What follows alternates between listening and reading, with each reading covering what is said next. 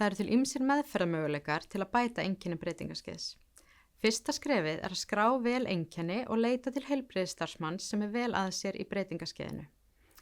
Gott er að fá fræðslu og ráðgjöf hvaða meðferðarmöguleikar er í boði og aðstoð við að taka upplýsta ákvörðun hvað hentar þér best. Besta leiðin til að slá á einkenni breytingaskeiðsins er að fá hormónuuppbótar meðferð. En það er meðferð með hormónum sem ætlað er að jafna út hormónasveiflurnar og að lokum hormónaskortinn sem verður á breytingaskeiðinu og eftir tíðahvörf. Ávinningurinn er hvað mestur ef byrjað er á hormónum áður en tíðahvörf verða. Það er áður en blæðingarnar hætta alveg, eða að minnstakosti innan 10 ára frá því að blæðingarnar stöðvast.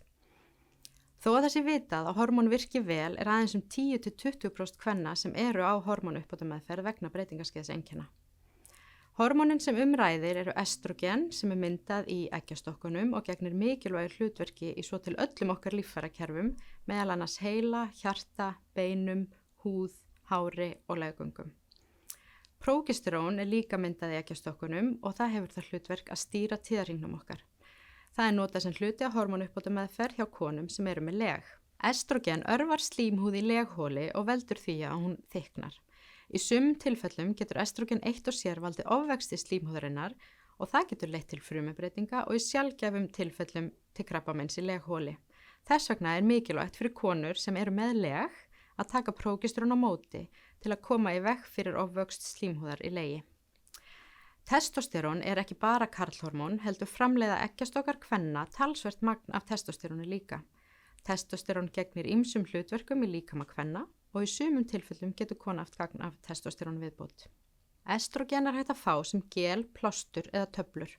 Öruggasta leiðin er að fá estrogeni gegnum húðina í gelformi eða sem plástur, en þannig fer estrogeni beint í gegnum húðina og út í blóðið.